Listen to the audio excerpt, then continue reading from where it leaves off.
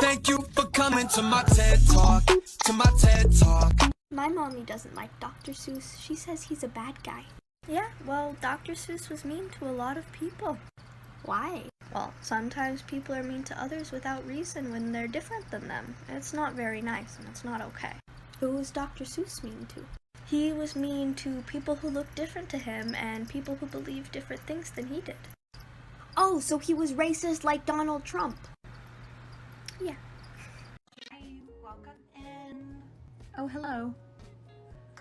Hi, just letting you know you are at Brandy Melville. You know, little one size fits small. What are we looking for today? Just, you know, Clothes. Why would we want to do that? There is a Torrid down the hall. I do know there's also Walmart just across the street. Yeah, I'm just here for a crop top. You were looking just for like a crop top? Yeah. Are you good? Why? I just want one. Okay, yes. So could you show me where the medium ones are? I you sweat? I don't think we have any in your size. Just a medium would be fine. You just like medium?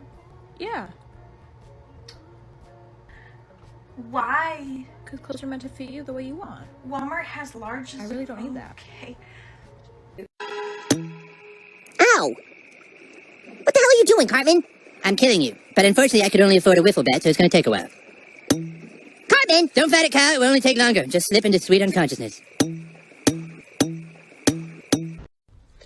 Yo, sorry for looking like a complete mess right now, but this shit right here, I used to think that I had a genitalia preference. Like, as a trans person, I used to think I had a genitalia preference.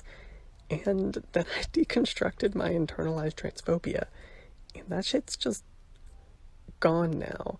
Like, there's more nuance to the conversation for sure to be had around dysphoria and trauma and, you know, things that we need because of our experiences with regards to sex. But, like, just saying you have a genitalia preference, I think you got work to do.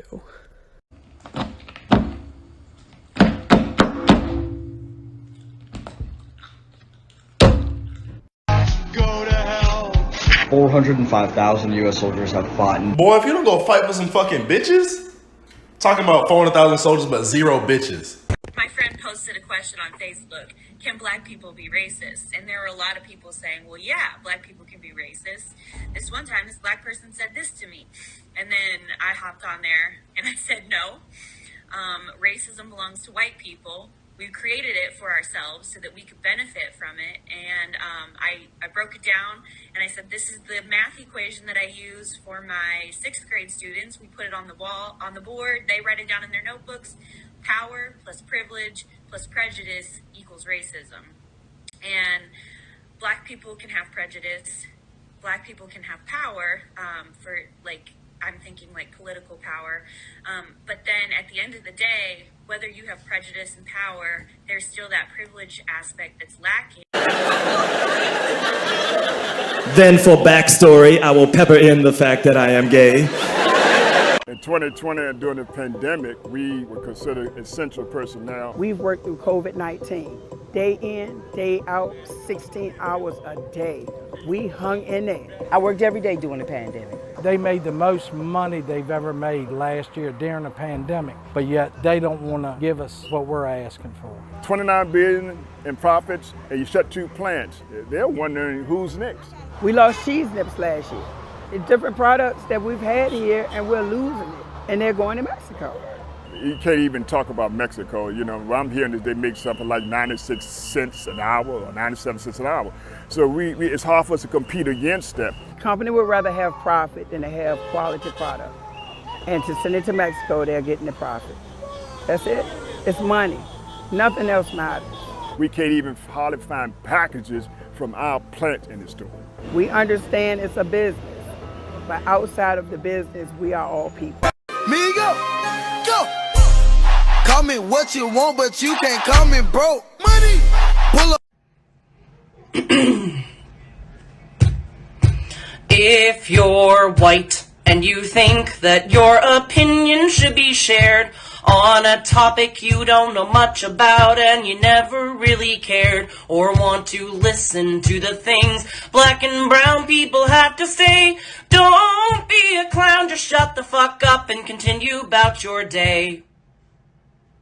Imitation of Life ended up having just this extraordinary impact on the African American community because it was really the one Hollywood film of the Depression era that suggested there was such a thing as a contemporary race problem in America.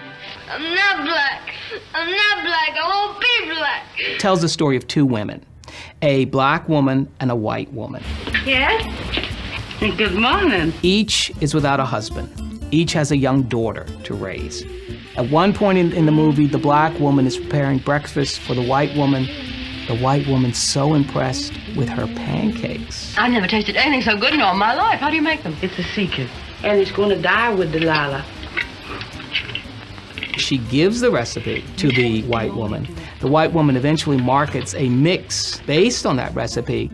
And then in one sequence that today is unbelievable to us, the white woman offers the black woman a 20% interest in the company.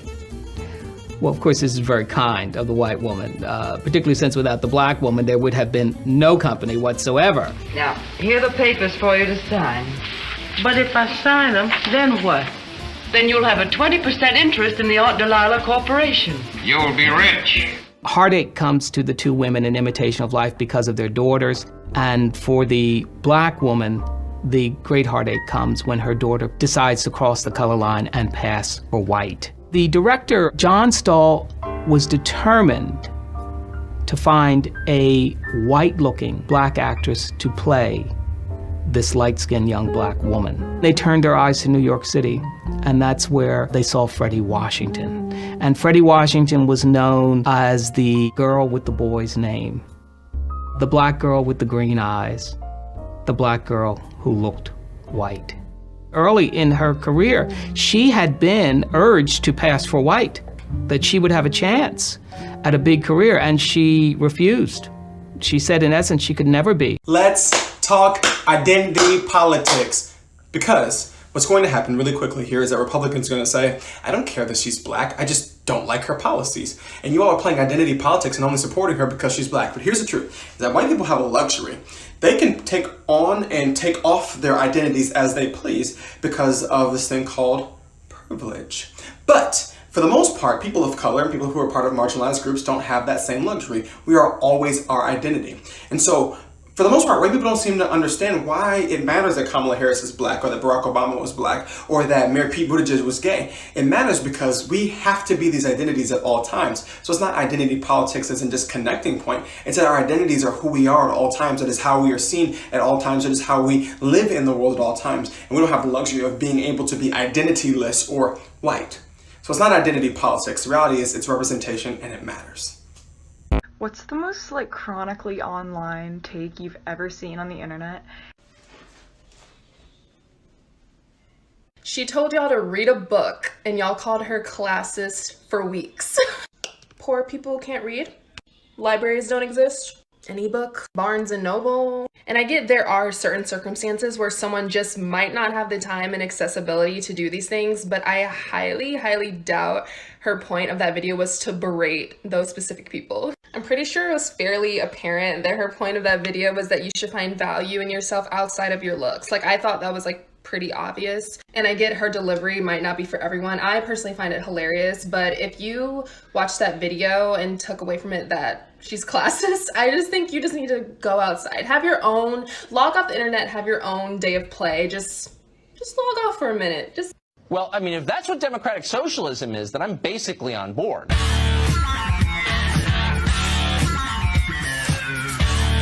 Piggybacking on my last video, I don't trust nobody who says, we are the virus of the earth. We created all these problems. We deserve the consequences. Because who is we? Let's answer that question, because before your guys' ancestors started running amok, forcing their systems on everybody else, people were happy living off the land, living sustainably, using only what they needed. And yes, while we are all responsible for the damage that we do now, there's something about that statement that just rubs me the wrong way. Because my ancestors were villagers, farmers, etc. Your ancestors were out here killing people and destabilizing countries for fun. I don't think the responsibility is equal here.